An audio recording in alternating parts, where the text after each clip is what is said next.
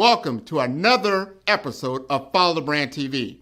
I am your host, Grant McGaugh, CEO of 5-Star BDM, a 5-star personal brand and business development company. I want to take you on a journey through another deep dive into the world of personal branding and business development using compelling personal stories, business conversations, and tips to improve your brand. By listening to the Follow the Brand TV series, you will differentiate yourself from the competition and build trust with prospective clients and employers. You never get a second chance to make a first impression. Make it one that will set you apart, build confidence, and reflect who you are. Building your 5-star personal brand is a great way to improve your skills and knowledge. If you have any questions for me or any of my guests, please email me at grant.mcgaugh@5starbdm.com. Now, let's begin with our next episode on the Follow the Brand TV.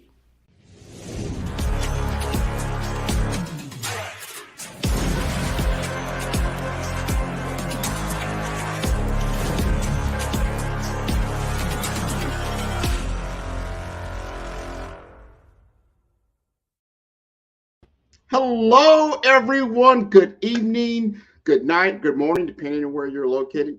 Tonight, I'm super happy. I get an opportunity to talk to my audience that's primarily healthcare executives, information technology people that have been in the world of healthcare and actually saving lives for a long time.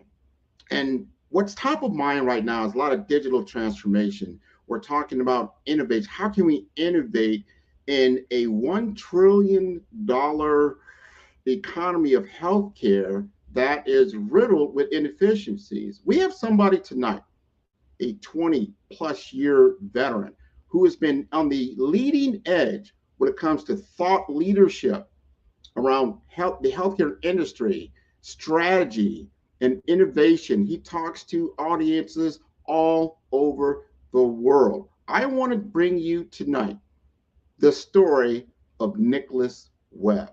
So before we bring him up, we're going to play a little clip, give you a little breath and understanding who Nicholas Webb is, and then we're going to have an in-depth conversation. Thank you very much.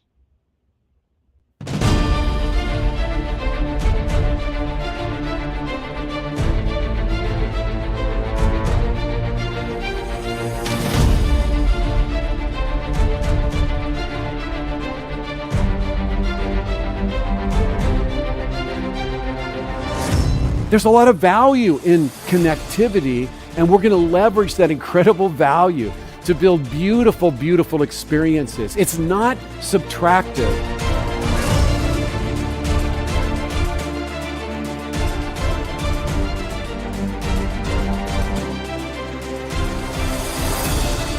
As cavemen and women, we would blow air across our larynx and form words, and then we formed languages, and then we were able to write down the language, and then we were able to type the language, and then we were able to democratize it and print the language. And for those of you who suffered through DOS, we then had to code the language, and then when Apple came out, we got to point, and then when smartphones came out, we got to thumb. We will go back to our origin of the most intuitive form of communication, back to talking. That is the future OS. Now, I know that bad things can happen. I'll give you an example. I had this great idea because everybody in this room, according to my belief system, needs an inflatable abdominal fitness machine, right? So 20 years ago, I invented the first inflatable fitness. It was awesome. I mean, I had it tested by the Orthopedic Research Organization. You could blow it up, and I think that's where you got most of the exercise. Now, never forget that it was a Sunday, and they had tested the infomercial for an entire week. And the producer called me, and the producer said, "Nick, check it out. I got news for you. All the data has come back in, and here's what we found. It's like a Hoover vacuum." I'm like, oh my God, they sold billions of Hoover vacuums. He said, "No, Nick, I think you misunderstand. It sucked and blew all at the same time."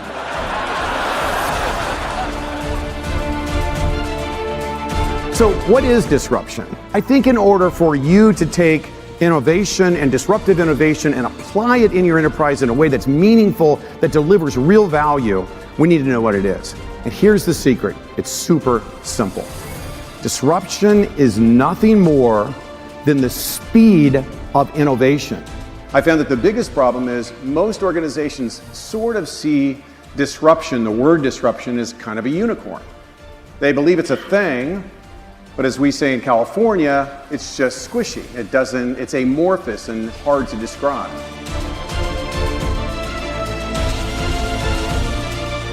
And the neat thing about it is that when we do this right, we improve quality of work life, we make it a more fun and interesting place for people to work, we do a far better job of gaining real actionable consumer insights, and we create more profitable, better businesses.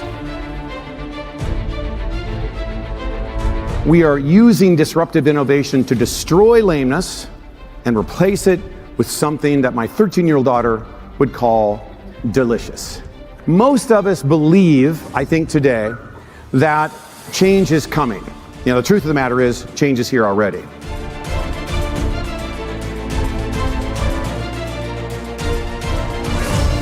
Disruption is the best thing that could happen to everybody in this room. It is the ultimate mother of all quivers that we can pull from to innovate. This is the stuff that innovation is made out of, and it is so vast and it's so exciting. And once we understand it, we can really, really apply it in a very practical way. I would really be excited about, and I know that it'll be an equal and fair service to others. I love that. It actually just gave me goosebumps. I love that.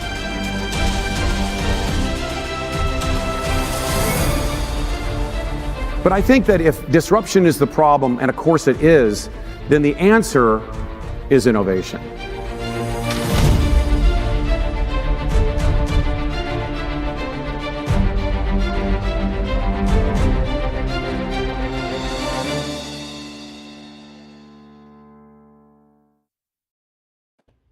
All right. Let us welcome Mr. Nicholas Webb. How are you doing tonight? Great. Thanks for having me. I watched that video and it's like my producer made it look like I was a superhero. It was awesome. You are a superhero. Yeah. Look at your history. Look at what you've done. Think about the lives you have changed that you know about, and think about all the ones you have not known about that you've touched, right? It's a great privilege to do the work I do. That's all I'll say. I'm just there. I'm a humble servant here, and it's beautiful to do this. It really is. Well, thank you for being part of the show. And what I call this show, it's the Follow the Brand show. It is the Nicholas Webb brand that first attracted me to you. I saw what you were doing. You aligned so much with my audience and what I've been doing for a very long time. That's working with healthcare professionals and also information technology. You understand where this industry of healthcare needs to change. But before we go into that discussion, I want to know what made you even get into this industry to become a speaker? How did you, what happened in your life along the way that got you to be where you're at? Well, when all my friends were watching football and following baseball and that kind of thing, I was listening to Brian Tracy and Les Brown, who I had the privilege of connecting with. And Brian Tracy was now, somebody who blurbed one of my books. I mean, all of these superheroes of mine were speakers that were having impact on people's lives. And I thought, gosh, maybe one day I could possibly do that. And, there's 60,000 speakers. There's really about 5% of them that ever really reach meaningful success. So the odds were against me. But I just felt like that those amazing people had such an impact in my life that if I could do that for somebody else, that would be magical. And that's how it started. Well, you're talking about 5%. So 95% of the people that are in your profession don't make it to the levels that you're at. What do you feel is the difference? What is your key ingredient that got you into that field? I think that I had to understand the DNA of what it meant to do professional speaking. I have a very busy consulting practice, and initially speaking was sort of an adjunct to my core business. And frankly, it still is. But the one thing that I realized is that audiences really are demanding actionable novelty. What they really want from somebody is something that they don't already know, that's not in their industrial echo chamber. And they want it to be delivered in a way that is actionable, that they can apply it to their job or their organization immediately. And then you have to shrink wrap it with fun and with energy. And you have to be able to connect with people. You know, the best advice I ever got on speaking is that when you stand up on that stage and you approach speaking with a loving heart, it sounds corny, that is when you are a different person. That's when you're a different speaker. When you are there truly as a humble servant. You know, so many speakers do this because they want attention, right? Or they want to be famous, or they want people to listen to them, or whatever. Those are all the wrong motivators. And yet that's really what brings most people into speaking. They want attention. I mean, look, I've got a 17-year-old daughter. I have 4 kids. I have a 17-year-old daughter still at home. So I have no self-esteem at all. Right. So for me, I have to approach this in a way where I can't be bad on stage. Right. I just can't. And I've learned the DNA of what it takes. And that is to really, really spend the time to understand the unique and special differences of each and every audience, so that you can deliver beautiful, beautiful messages that really matter to them. And what's great for me is I get emails and I get phone calls afterwards saying, "Hey, Nick, I applied exactly what you talked about, and it's been transformative in our organization." That I'll tell you, I can't tell you how beautiful that is, but that's really what keeps me doing this, for sure. Well, I want you to help me understand something. I mean, take me back to that point in time in your career when you really were first getting started, that first big break, that first time you really nailed it for an audience. What were you feeling? What happened to make that transformative leap? Well, I think that the hard part of this is, in fact, they say that that speaking is a greater fear than death. Which statistically, that's true. In other words, you'd rather be in the casket than being the one delivering the eulogy. Statistically, that's pretty impressive, right? And so why is that? The reason psychologists have discovered that speaking is such a great fear, public speaking, is that it's embarrassing yourself on a wholesale level, right? Because if something goes wrong on stage, I mean, I've had audiences of tens of thousands of people. It's pretty bad, right? So very memorable, right? And so the thing I think that for me is, as Les Brown says, anything worth being great at is worth being bad at, right? You've got to be willing to be bad at something in the process of, and that doesn't mean not preparing. It doesn't mean putting the heavy lifting in. It doesn't mean getting the training. It doesn't mean that. It means even under the best circumstances, things can go wrong. And when it goes wrong on stage, it can be bad. I can remember doing a lot of talks, you know, in the few $1,000s for a speaking engagement level. And I got to be really good because I was at smaller events. I began to see the cause and effect of what worked and what didn't. I'm obsessed about following other good speakers or great speakers, and even stand-up comedians and improv. And I finally got the chance to speak at a huge Blue Cross event. It was tens of thousands of the most important people in the industry that I've been in for 40 years. And I can remember I shared the stage with Jeffrey Ling, who at that time was the director of the innovation area of the Department of Defense, and other great people. And I remember nailing it. I mean, people just loved it. I could feel the connection. And that was the beginning of my real professional career. I went back and did a post-mortem and really reflected on why it worked so well. And I've continued, that was 30 years ago. I've continued to build upon what I learned from there. But it's really, what I love about being good at speaking is it's something that's really hard to be good at. It really is, because you can't just be the talking head on the stick, right? I followed a speaker at an event a few weeks ago, and it was just a conveyor belt of information. And it was sad, and I felt bad for the speaker. I felt bad for the audience, and it's just not that easy, right? You have to go big, and you have to have passion. You have to believe in the stuff you're talking about. It has to be part of your DNA, your religion. When it's that, and you know that you're impacting that audience, man, I'll tell you, it is something else. And again, I say it over and over again. I tell my wife this every single day. The first thing I do before I put my feet down and get out of the bed is I give thanks for the incredible honor that I have to serve other people. It's amazing. And when you can connect who you are with what you do, yes, that is a great life, right?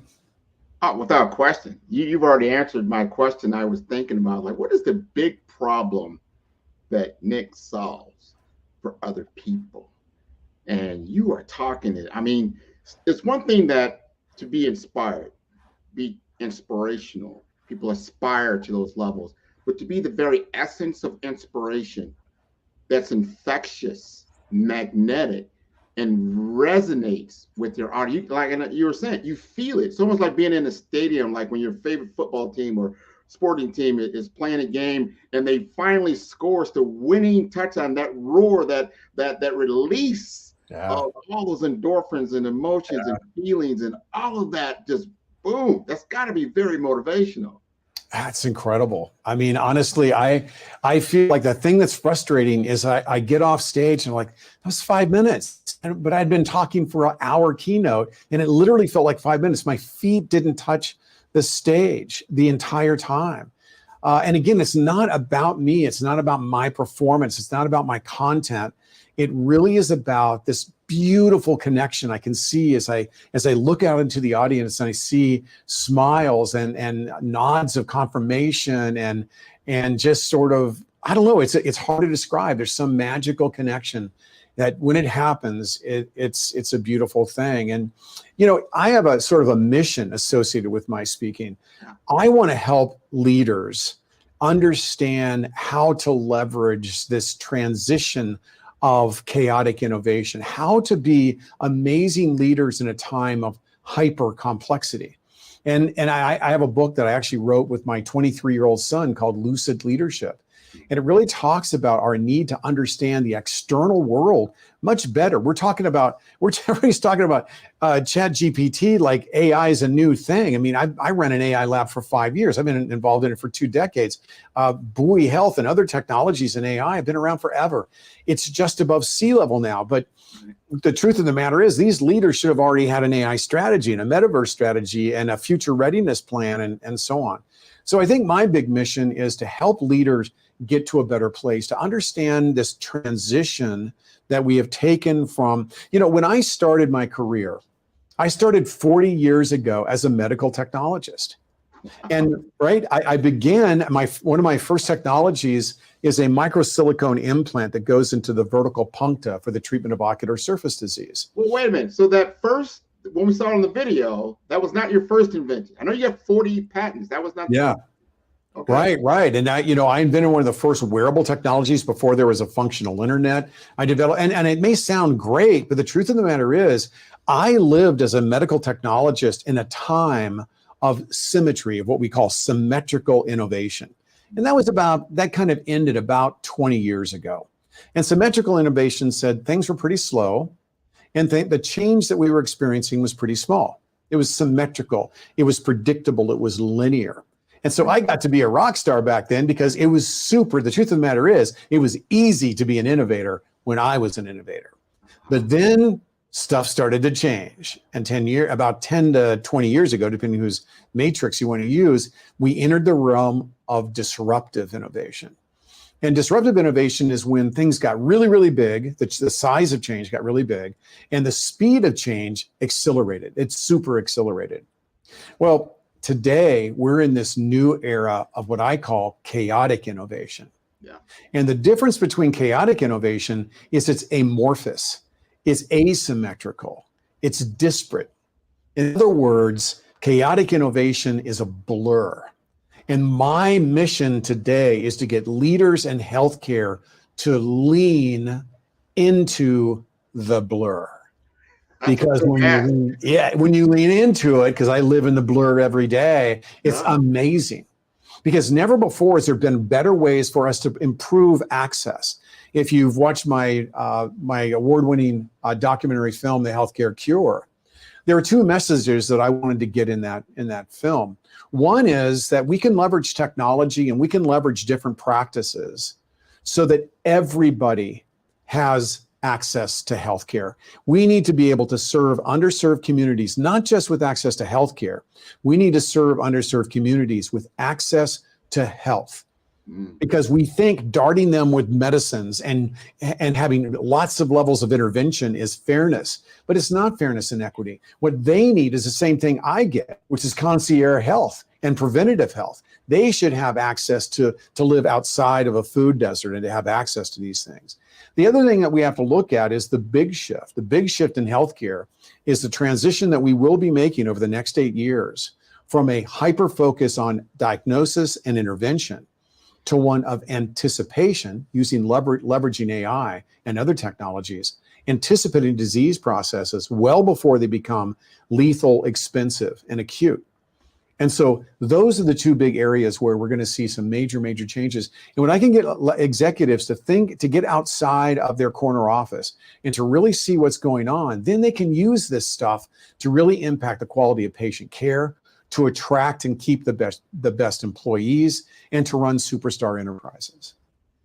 Now you're bringing up some major, major thought points. This is the biggest thing. It's hard to see when you're in that corner office what is really happening at the street level. What's impact, not only at the patient level, and you talked about this, but at the person that's delivering the care. Right there where when it's happening. What is the happening? You talked about friction. There's so much friction in healthcare delivery that it's like I'd rather be sick than go through this minutia and all these things that are happening in the setting of healthcare until it's a critical moment.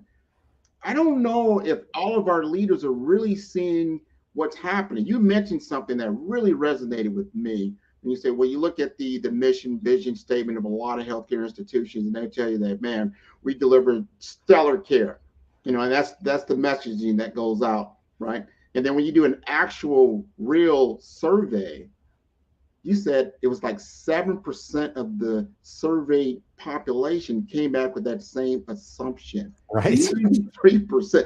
Can you talk to us a little bit about that?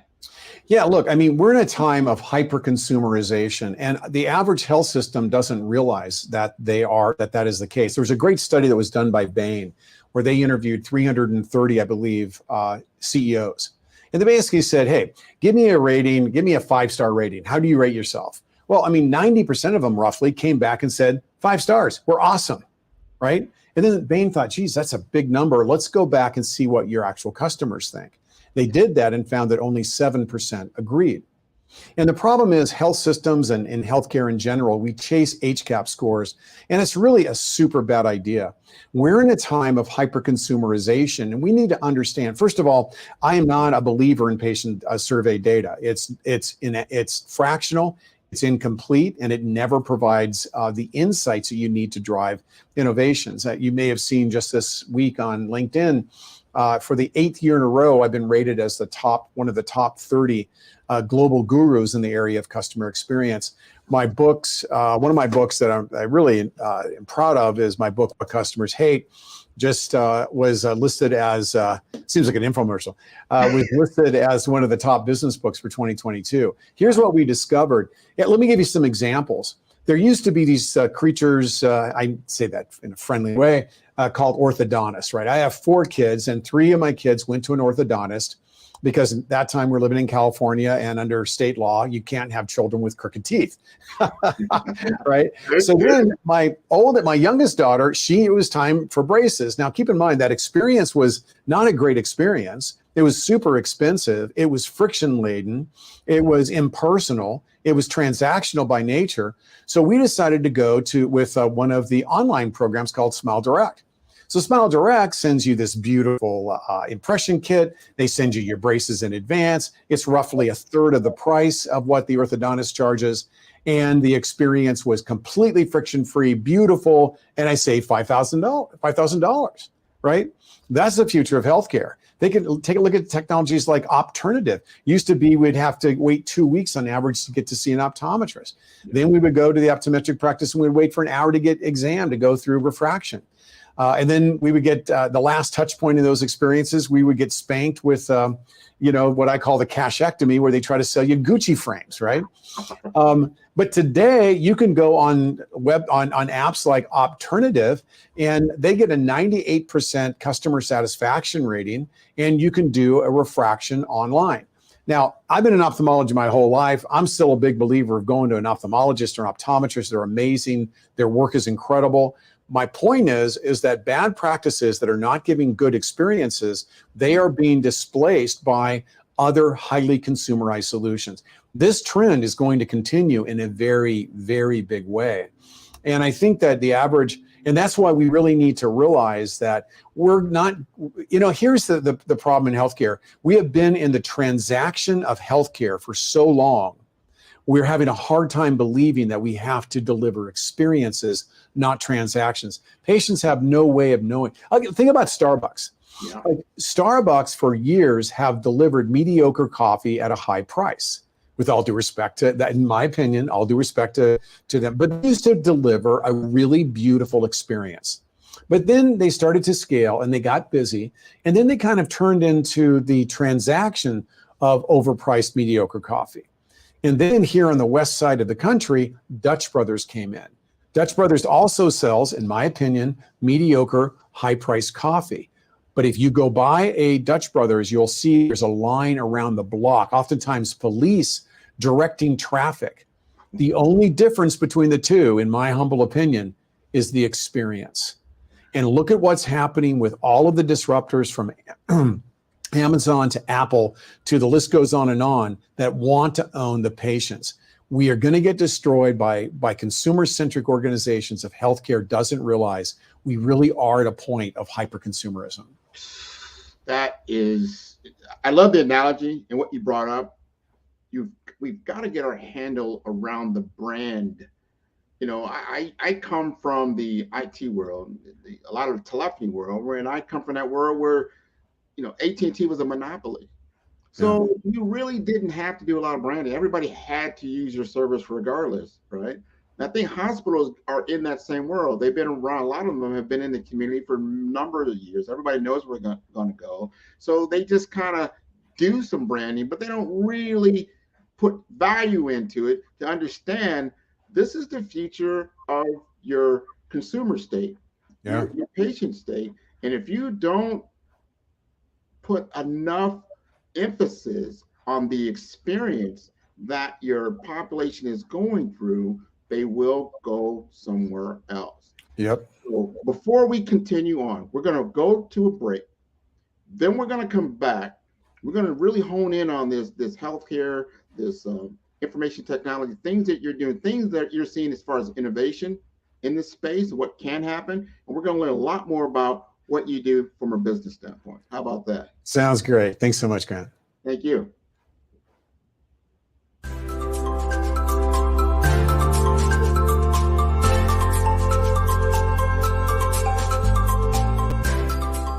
Well, look, healthcare in the United States is, 19% of our gross domestic product. We spend almost $4 trillion a year on healthcare. It's the biggest business in the United States. And that's why it garners so much attention. If you look at what we spend at the federal level on Medicare and on care for the ill in this country, and certainly on the commercial side, and nowadays in the United States, about 40% of Americans have high deductible insurance plans.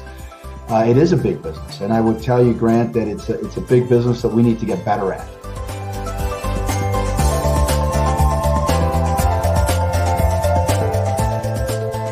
You know, today, the amount of transparency that we have in healthcare today is more than it's ever been. So when it comes to things like being able to get online and look at provider ratings, commentary on experience, those types of things, we have more of that at our fingertips today than we did 10, 15, or 20 years ago.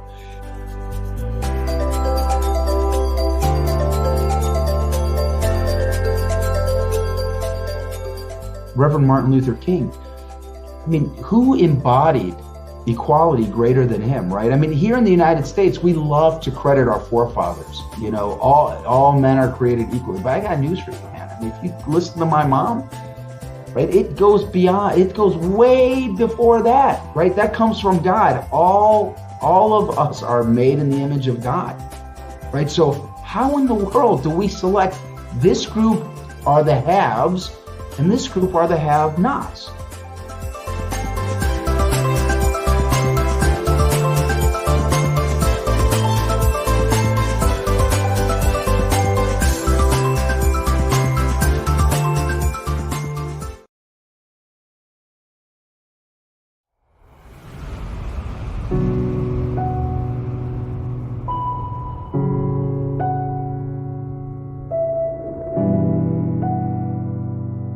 You know, I'd like to make a pretty bold proclamation here today, and that is healthcare is really sick. In fact, I would suggest that healthcare is in critical condition.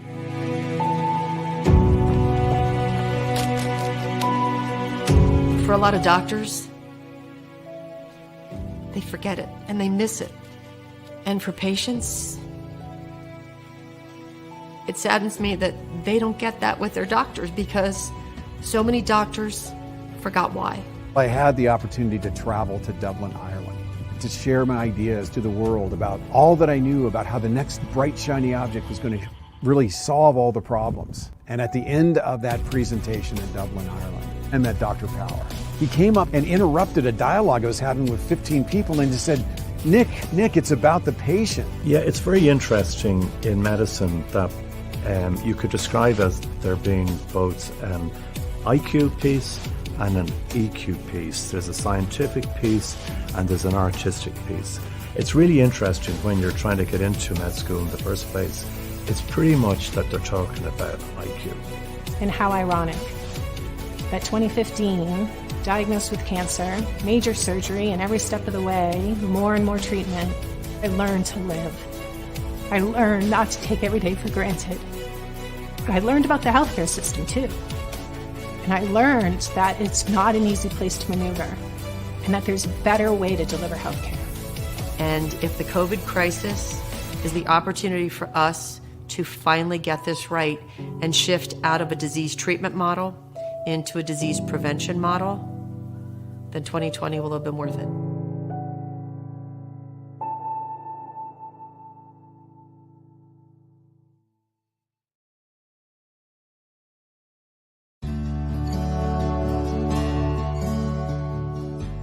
And it's been a very exciting time. In the last 10 years, from a technology perspective, during the whole COVID years, the acceleration of technology and the use of technology really at the bedside, there's never been another time like it.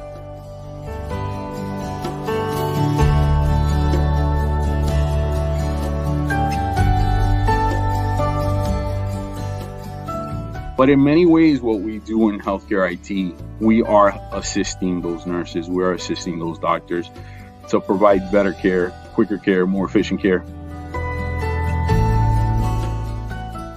Being able to do telemedicine in-house to treat our own patients, moms that couldn't see their baby in the ICU, dads that weren't able to be part of the delivery of their baby or visitors with their loved ones during that time. We had to start making internal, within our four walls, telemedicine solutions for doctors and nurses to be able to see patients outside the room without having to don and doff PPE.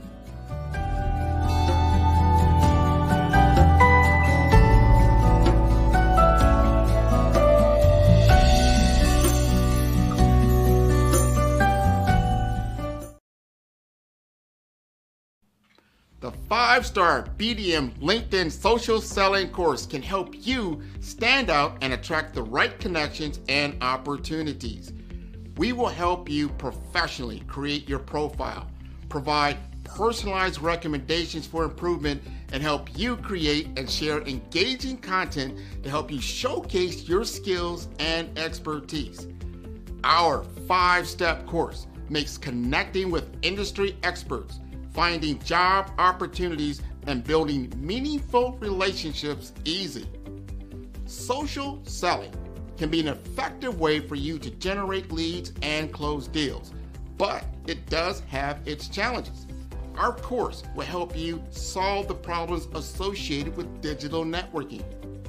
If you need help personalizing your outreach and messaging, which can lead to low response rates and a lack of engagement. If you need help targeting the right prospects, this course is for you. You will improve your social selling with the 5-star BDM LinkedIn Optimization Social Selling course. Listen to what others have said about 5-star BDM. Grant, I'll tell you why I'm here, right? I'm here because I love your brand. When we started chatting on LinkedIn, we connected. I checked you out and I go, man, this guy knows what he's talking about. You were definitely instrumental in helping to shape that knowledge of who I am. Because at first I thought, well, I am an actress. I am a writer. I am a producer. I am a speaker. And so I said, well, I must be a creative communicator. I know that there is a narrative thread here, but you nailed it when you said you are a storyteller. So you brought it all together in this cohesive title. Sign up today to improve your social selling opportunities. All right, we are back. So, Nicholas, love the commercial. You kind of framed the condition of healthcare in the United States. I want you to help us with some wisdom. Our audience is composed of a lot of healthcare leaders, CEOs of hospitals throughout the United States. I want to give you the mic and with some wisdom, help them understand where they're at now and where things are going and the change they need to make.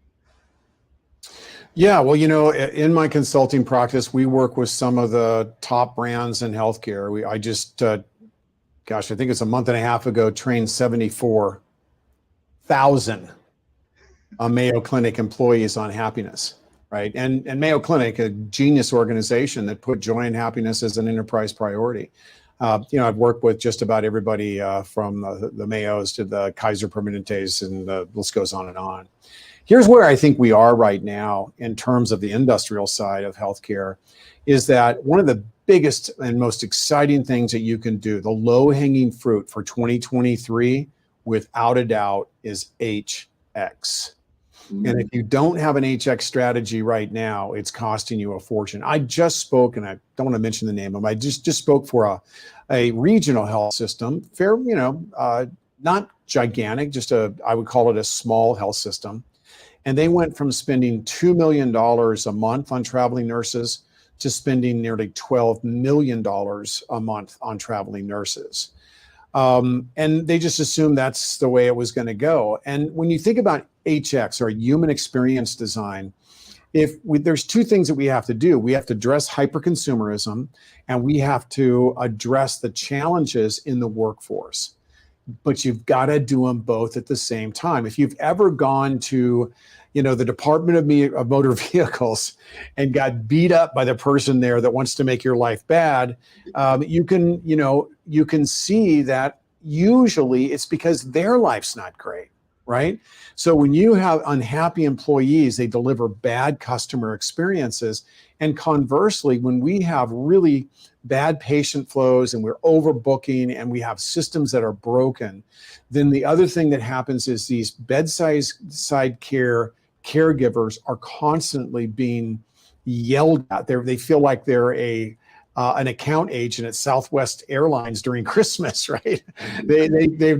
Every person they engage is mad because the system is so broken. So the best organizations realize that in order to attract and keep mission critical talent, which is the number one priority of every health system in the country today, or at least it should be, the way that you have to do that is through a formal HX strategy. And I do happiness hackathons. You can't do it with employee surveys. You can't understand your patient through patient surveys. There's a wide range of better insights that you have to implement to do this right. But I think that when I think about what's the most urgent, low-hanging fruit, it's the ability to really improve the quality of work life for these amazing people that show up every day to serve your mission. And then at the same time, that has a direct impact in the way in which you architect not patient experiences, but consumer experiences. Patients wait for an hour to see a doctor, consumers don't. And when you take a look at, Amazon's acquisition of One Medical, they didn't just buy a family practice business, they bought a concierge practice because they realized the future of healthcare delivery isn't the transaction of healthcare. That's what Starbucks does. They realize it's about the delivery of beautiful, thoughtful, customized human experiences. We need to do that for our employees and we need to do it for our customers, but we need to do it concurrently. That, I think, is a low-hanging fruit. Then, of course, the other two dynamics. One is the proper adoption of emerging technologies and connection architecture. And then lastly, your openness to new economic and new value models. Those are the three big ones that I focus on for 2023 with my executives. Man, as I think through that, knowing how a lot of leaders, they have to prioritize is, how can I afford to do this? How can I pay for this type of transformation when my overall budget has been lowered due to the pandemic, due to a lot of other factors that are outside of my control, yet I understand I need to transform. What do you say to those executives that understand it? How do I do more with less? That's a great question. I was in Florida. Again, I don't like to mention the names of everybody. It was one of the large board groups in healthcare where the entire audience were boards of directors for health systems. And they had panelists up. They had 3 panelists from across the country. And the question that was posed to the panelists is, how are you managing the costs associated with traveling nurses? Mm-hmm. The first panelist said, really simple. I went to my board of, and these were presidents and our CEOs. They went to their board of trustees and they asked for $30 million more. We need more money to pay the people that work there more money to keep them. Then they asked the next person, how did you do it? Same thing. In our case, we asked for $18 million from our board of trustees to be able to give raises to bedside care specific nursing. And then third panelist, same problem, roughly same numbers, $18 million that they got from their board to throw at them. After the panelists, I went up to, after the panel session, I went up to each one of them. I said, gosh, this is intriguing. I'm going to learn something here. How much money did you spend? I know how much money you spent on keeping them there with money, but how much money did you spend on improving their quality of life? Mm. 0. Mm. I checked back with them about 3 months ago or 4 months ago, all 3 of them, and it turns out that the money trick didn't work. Like here where I'm at in Scottsdale, Arizona, one of the major medical system here needs to find 4,000 people immediately. The problem is Intel is building a massive operation here. It's the fastest growing county in the country.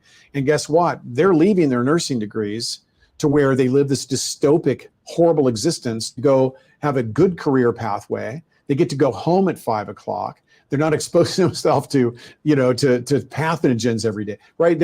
And that's what's happening. So we just did a project that provided a $10.7 million return on our investment. take for an example, the one company I just mentioned.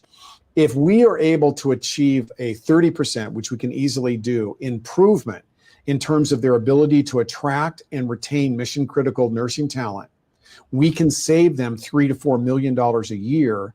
And we don't charge $3 to $4 million for our work, right? They should expect a 5, 10, 20, 30, 40% return on their investment short term, but in perpetuity, it's in the tens of millions of dollars. So the real question is, how do you afford not to invest in addressing an emerging and catastrophic condition within your organization? I want everyone listening to just take a deep breath. Think about what you just said.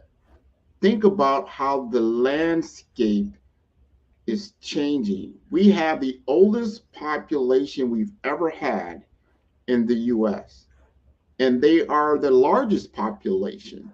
So there's not as many people to help with this aging population. So now you're going to have the gray tsunami at your door, and you don't have not even just enough people, you don't have the right work-life balance to be able to maintain a good experience. This is something to really think about. How do you utilize the different budgets that you have? And as you start thinking 3-5 years out, what does this really look like? Let alone all the different advances we have in innovation and technology, but how are we going to use these things? Before you chime in on that, Nick, we're going to go to short commercial break. Then we're going to come back. We're going to answer that question. And then we're going to talk about the things that you're doing right now that you're making impact. How about that? Sounds great. Thanks, Grant. 5-Star BDM, Brand Development Masters, is a professional consulting and advisory group keenly focused on business development services for the small to mid-sized business and entrepreneurs. Although every business is unique, they often share business development challenges that can be addressed through smart branding. Services include process improvement and operations, digital strategy and transformation, business intelligence, digital marketing, and personal branding. Our business and personal branding company has helped a number of professionals and organizations to optimize and grow. This results in more business, more opportunities, better reach, positive outcomes. Visit www.5starbdm.com today to learn more. Are you looking to improve your LinkedIn profile and reach a wider audience? Social selling is an effective way for you to generate leads and close deals, but it does have its challenges. Some common problems we saw with social selling include lack of visibility. If your profile is not optimized or you're not actively participating in groups or sharing content, it can be difficult to get noticed on LinkedIn. Number 2, lack of personalization. Some businesses struggle with personalizing their outreach and messaging, which can lead to low response rates and a lack of engagement. Also, difficulty targeting the right prospects. It can be difficult to identify and target the right prospects on social media, especially if you don't have access to robust targeting tools. And number 4, outdated content. If your LinkedIn profile or content is not up to date, it can give the impression that you're not actively engaged on the platform or that your skills and experience are not current. And lastly, poor quality content and not leveraging video and picture to convey ideas. To solve these problems, the 5-Star BDM LinkedIn Optimization Social Selling Video course. Sign up today to improve your social selling opportunities. Follow the Brand TV broadcast host, Grant McGaugh, as he visits with top executives and entrepreneurs to find out their secrets of success with their personal brand. Follow the Brand TV broadcast host as he focuses on brand development to build better relationships, bring value to your business, relationships, and career. You will enjoy listening to each episode that is tailored to speak to you directly. If you're looking for this type of clarity in terms of building your brand, you have tuned into the right station. Each episode will help you to shape a conversation in the 5-Star BDM network of 20,000 professionals and become a springboard for your corporate engagement and business opportunities. Each guest will frame their story in the areas of personal branding, business development, career development, financial empowerment, and technology innovation.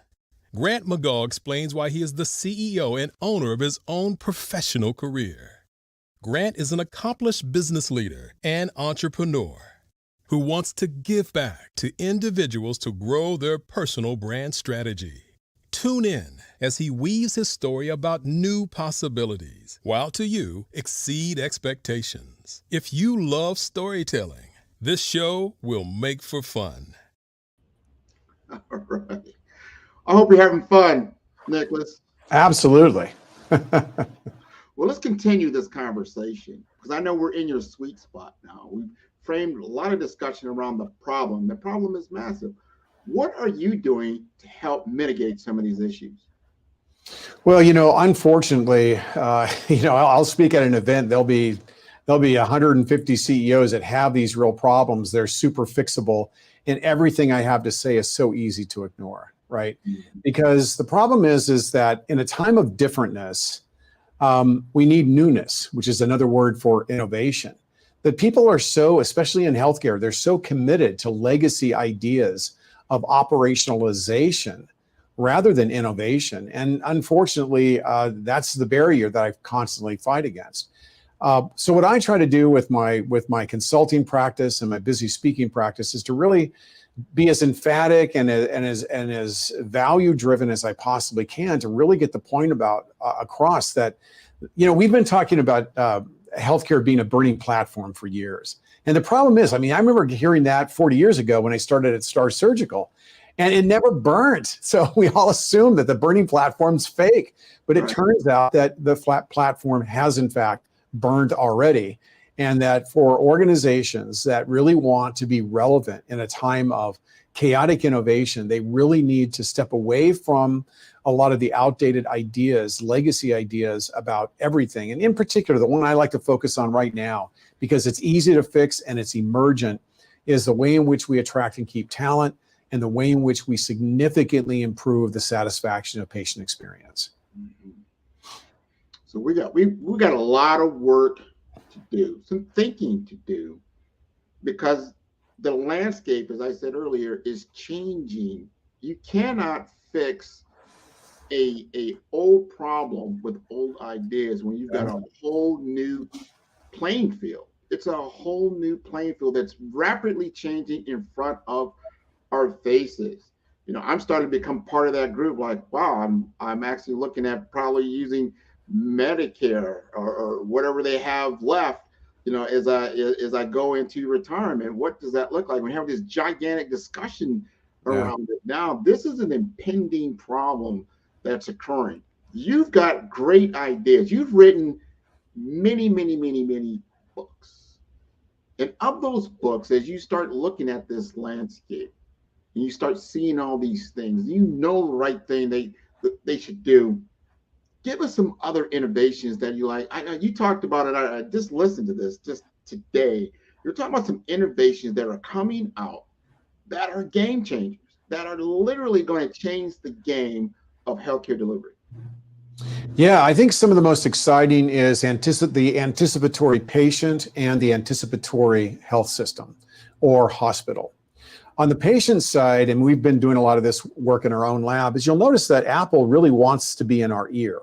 Right? Amazon wanted to be in the Echo, wanted to be, because we've transitioned to this new communication. The new operating system is mouseless and monitorless. It's human voice, and that's getting better and better.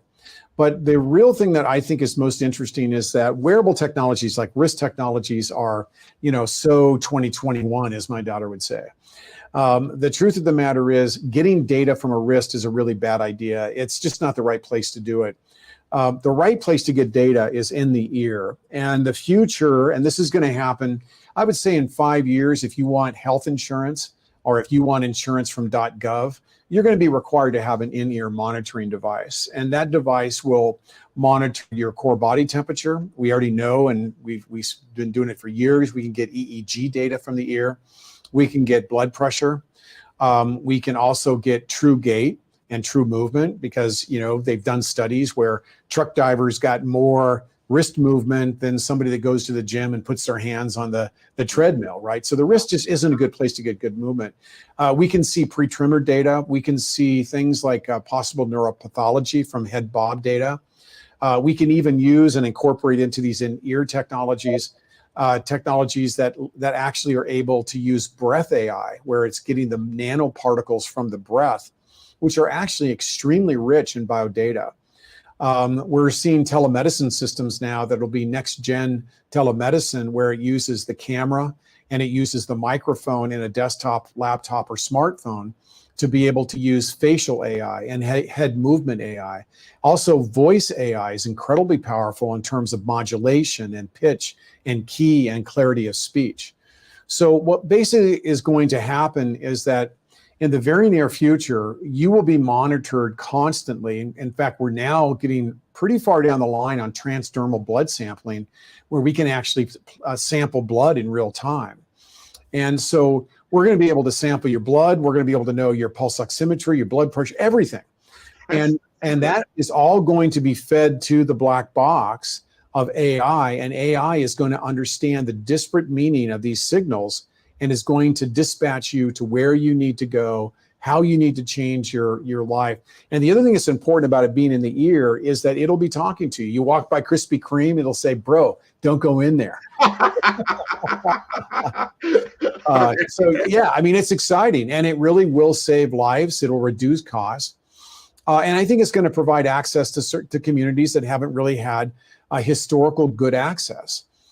In the area of enterprise anticipatory AI with hospitals and clinics, most people don't realize it, but most of the major health systems have digital command centers, and they're able to monitor patient flow in ED departments and everywhere. In fact, I'll be speaking for one of the large associations of contractors and designers for health systems here in a few weeks. And one of the things that's really interesting is we're building in flexibility. We're building in, systems that morph. We're doing decentralization of healthcare with things like med cottages. So there's so much technology that's happening. I think that there are two types of executives in healthcare today. There are the latent individuals that are committed to hanging on to legacy with a death grip. And then there are, older executives. I mean, I'm going to be 65 in a few months. I can't imagine. I mean, I'm still building stuff with Raspberry Pis and printing things off of a 3D printer in my office. I run a technology lab still. Just because we're old doesn't mean we have to not continue to learn. Sure. But we have to apply these new principles and these new technologies in a thoughtful way. Well, age is as they used to say, it's nothing but a number. You got to remember people living longer. And so some of the paradigms that we've had around, hey, 65-year-old, you're done, probably is not the case. You're probably going to be very, very viral for a long period of time, unless you have detriments in your diet and exercise and other things. Yeah. So these things can help us live longer. I just popped in my head this idea, like if this is in your ear, it's monitoring you, and it's starting to see some of the vital signs that are happening before you do anything. You got a mobile health unit that's coming to your house and immediately give you care without you having to do anything. I could see that. Yeah. Well, I mean, think about right now, when my youngest daughter first got her driver's license, we had the option of plugging in a module to her car to monitor her rates of acceleration, her compliancy to posted signals, her rate of deceleration, because it has an accelerometer on it. So we were able to cut her insurance in half just by allowing the insurance company to monitor her for just 90 days. That's the same situation. You don't have to get monitored if you think the government's tracking you or the insurance company. But if you want to save a lot of money, and if you want the benefits of the life-saving, for an example, what the number one symptom is? That you have a serious cardiovascular condition? Death. You die. You die. That's the symptom. And it's the end of the road, right? Well, when we can start looking at all these disparate data signals, we can anticipate really, really serious conditions before they become lethal and very expensive. I think it's beautiful. It's inevitable. It's going to happen. It will be an in-ear technology that's combined with both implantables in some cases. People that have diabetes and other conditions that really need, continuous blood monitoring with higher degrees of accuracy may, in fact, get implantables. They're very low trauma to the body. There's almost no downside, and they work really, really good. And they can save lives and improve the convenience of the way in which we take care. Well, I'm looking forward to those innovations that are needed. I'm sure we have to look at human adoption rates. Well, you can see that if it makes sense, people will adopt and make the changes. They'll weigh it out and say, okay, this is a good or bad thing for me. This has been incredible. Before we let you go, we're at the top of the hour. I want people to know, number one, what you got going on, what you got coming up, and then how to contact you. Yeah, so my speaking business is simply nickweb.com with 2 B's. My consulting practice is goleaderlogic.com. Right now, my most recent books are One Step Ahead, which is a book I'm real excited about. It's on how to leverage innovation to drive growth. Lucid Leadership, which was really fun for me because I got to write it with my 23-year-old son, Chase. And it really talks about the multi-generation ideas about how we manage hypercomplexity in business. How we manage the outside complexity, how we manage our internal cultural complexity, and how we manage our own sense of self-awareness. Happy Work is my book on how to run organizations that attract and keep great talent. What Customers Hate is a best-selling book on really how to drive unbelievably happy customers and to reinvent your organization to just drive scalable and predictable growth. And then, of course, my book on the future of healthcare, the healthcare mandate. Those are my most recent books. I think I have a total of 12, but these are the ones that have been out over the last 3 years or so. But yeah, what I've got going on is more of the same. I think I'll speak at 60, 70 events this year around the world. I usually do about 8 major consulting projects a year for great companies to find ways to really get them to a better place. Well, I see why you are in demand. You are a wealth of knowledge, experience, and mostly wisdom. You've lived it, and you can see a better future. And I really like the fact that, again, you chose to come on Follow the Brand to talk with us. This has been wonderful. I want to thank you again for being on the show, and I hope you had some fun, Nick. Grant, you make me look good. I don't usually get to hang out with the cool kids, so this is good stuff. Well, thank you very much. You have a fantastic night. Enjoy your family, and until next time, I enjoy everybody in your audience, and I want them to tune in to all the episodes. You can see them on my podcast at www.5starbdm. That is B for brand, D for development, Infomasters.com. And you can see all the episodes of all the Follow Brand TV on our YouTube channel. So thank you very much. Good night. Thanks, Grant. LinkedIn Optimization Social Selling Video Course will help you focus on personalizing your outreach and messaging to better connect with prospects. In module number 1, the foundation, we will help you create high quality, valuable profile that will attract and engage. In module 2, the story, optimizing your LinkedIn profile to make sure it is complete, accurate, and visually appealing.